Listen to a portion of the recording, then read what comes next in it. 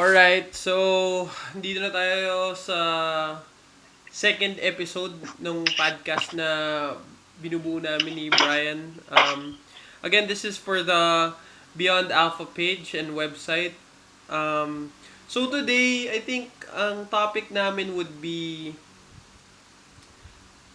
how do you get motivated to start something, or usually when you think of doing something like starting a new venture, usually meron kang na-encounter na mga issues, di ba? So, Mm. most of the time, may mga tao na kapag may na-encounter na maliit na problema, humihinto na sila dun sa ginagawa nila eh.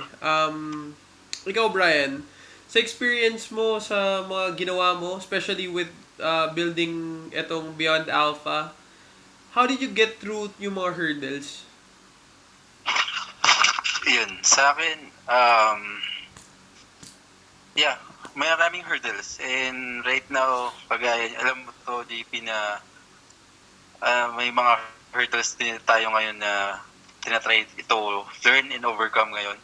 So, I think it's really important na you're clear about why you started eh. And it's really, in my opinion, it's really important that you love what you're trying to do. Kasi that love, that passion na meron ka for that thing that you're doing, that will keep you going eh. Through the hard times, through the setbacks, through the challenges. Kasi without that passion, yun, it's the giving up is the easier way to go eh. So, when you have that passion for that thing, you'll figure it out eh. You'll try to find a way to make it work, to make it happen. So, yun yung akin eh, na tipong ngayon, we suck. We suck at what we're trying to do. We look stupid. And it's normal eh. And with everything naman eh, when you're new, bago ka dun sa ginagawa mo, you're gonna suck. And you have to accept that fact na. And whenever I'm new to something, this is what I always try to remember. Na yun, think of a child na learning to walk. Diba? When a child falls down, sabihin ba ng magulang niya or nung tao na nagtuturo sa kanya lumakad, walking is not for you. Quit ka na, hindi ka na matututong lumakad. Hindi eh. We have to keep on trying eh, until matuto yung bata na lumakad on his own. Yeah, the kid would start muna crawling, ganyan. Would start holding onto something para makatayo. Then, step by step, baby steps nga, di ba tawag? So, step by step, kumbaga, it's about actually doing it eh, and trying to figure out how to do it better. Ganon. So, that's what I always come back to pag nagkakaroon ng challenges and setbacks dun sa mga bago kong ginagawa. Yun. Ikaw, JP, anong mo? Actually, for me, sa akin, on my personal opinion and personal experiences, sa akin, hindi motivation eh. Hindi passion yung nagtatawid sa akin when it comes to difficult situations eh. Sa akin, from the start, obviously, agree ako doon sa sinabi mo, Brian, that you have to be really clear kung anong gusto mong mangyari. And, second thing is, you have to produce. Kailangan may output.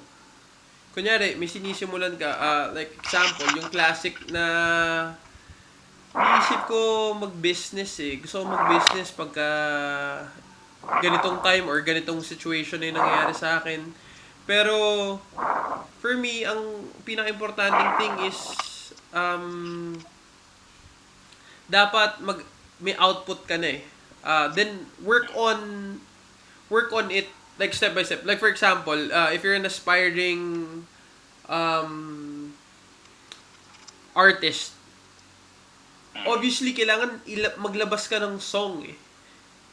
Para ma-criticize ka, para kumbaga marinig mo yung feedback ng ibang tao. Pero the key thing for me is hindi mo sinusolo lang yung ginagawa mo. Kasi there are a lot of people na, kunyari, yung mga writers or yung mga businessmen na gusto magtayo ng business pala is they have all these ideas na parang iniiwan nila, kumbaga, sa drawer or iniiwan nila sa bodega.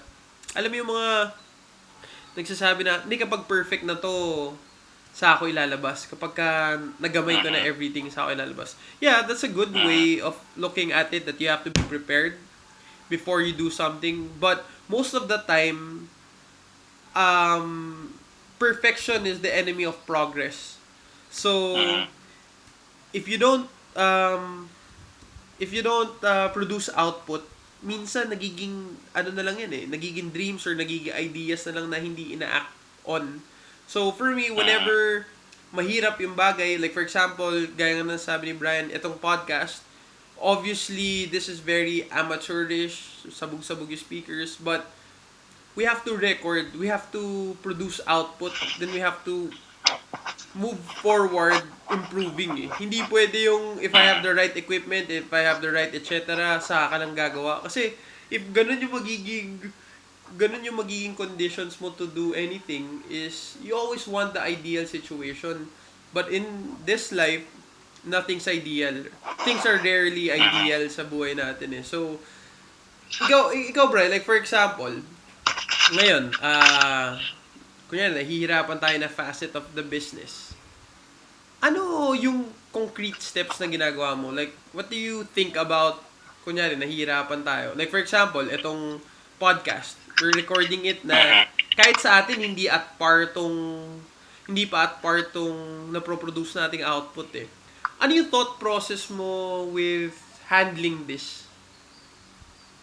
Ayun, sa akin, JP, I do agree yung sinabi mo na tipong you have to really start, you have to produce. Ika nga ni Seth Godin is, yun nga, you have to ship. Kasi ito hindi naman ito yung first time na trinay nating gumawa ng podcast Before, yung pagpa-podcast natin, kailangan nandyan tayo sa bahay mo. And ang nakita nating challenge doon and nakita natin na hindi sustainable dahil yun nga, kailangan nating maging co-located to be able to produce an episode. Pero yun nga, nakita natin challenge and nakita natin hindi sustainable. So, inisip natin what could be the solution for that challenge. So yun, ito, tinatry natin ngayon. And yun nga, like what you've said, it's still amateurish, basag nga yung audio and all. Pero at least, ang importante para sa akin dito is yun nga, we're trying to start the habit We're trying to integrate the process, integrate the steps, or yung the activity into our system yung daily schedule natin or yung weekly schedule natin.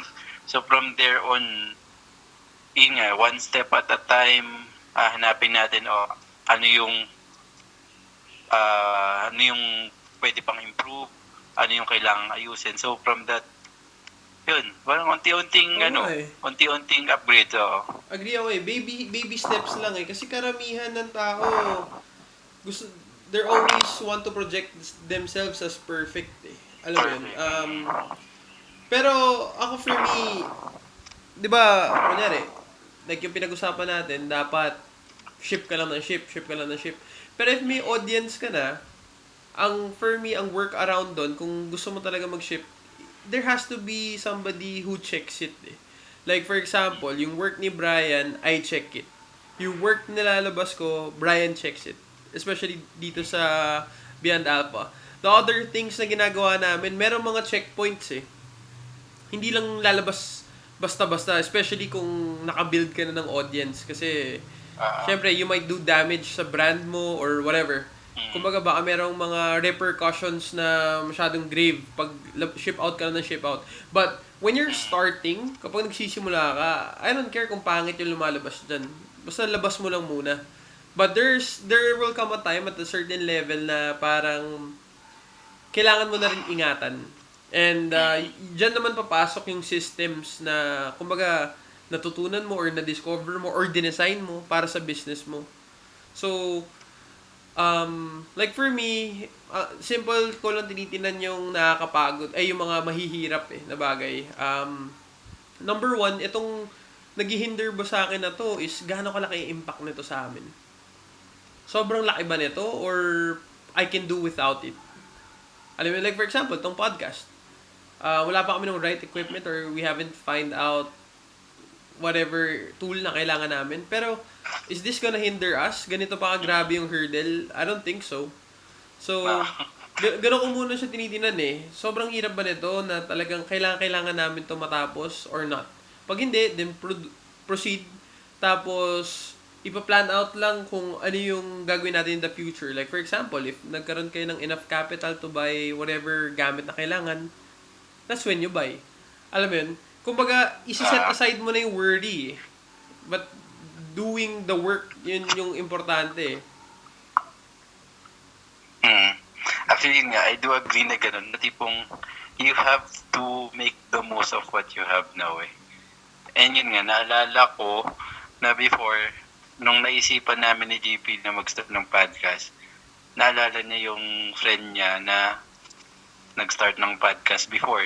And yung friend niya is nag-invest na sa equipment and all. Pero yun nga, at the end of the day, parang tumigil na ata. I don't exactly remember. Pero, yun. Tapos naisip namin, ano ba yung meron tayo ngayon that we could use to, yun nga, test out muna natin. Test drive lang muna natin. Kung equipment, darating na lang yun In the long run yun nga, sabi ni JP, as you build your audience, syempre, as much as possible, you have to give your best din sa audience mo They deserve the best. They're giving you the gift of their time, so you have to give them a gift of value. So, as much as possible, yung ano man lang, minimum viable product that is user-friendly for the audience. Kumbaga, madaling pakinggan, madaling intindihin and all. So, something like that. So, yun. Actually, yun, sa akin, itong podcast na tinatry namin buuin, it's really geared towards sharing yung mga bagay na na-experience namin with itong ginagawa namin, like building a brand and starting up a business. But it's not just about that. It's about how do we become the best version of ourselves. Sabi nga namin nung Why Beyond Alpha So, dun sa last na episode. So, eto, moving forward, probably, yung format namin is not really set in stone yet. Medyo freestyle lang what we think is relevant.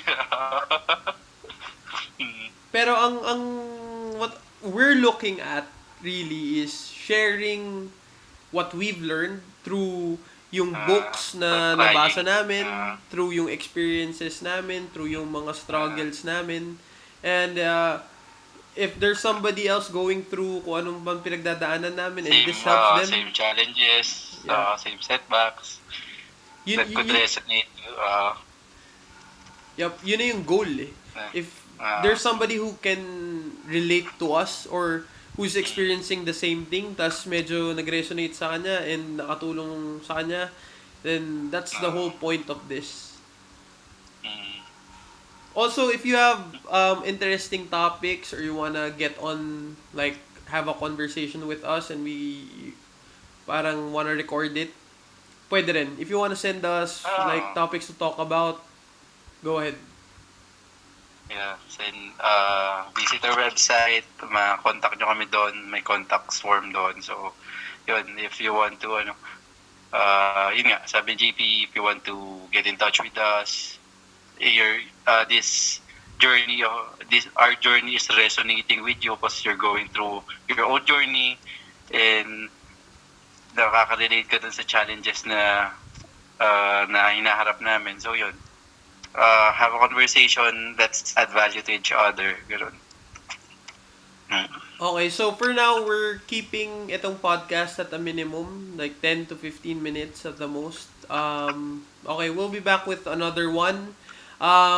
We've yet to determine kung saan i-upload to ni Brian, but rest assured, it's coming out soon. Alright, Thanks. bye guys.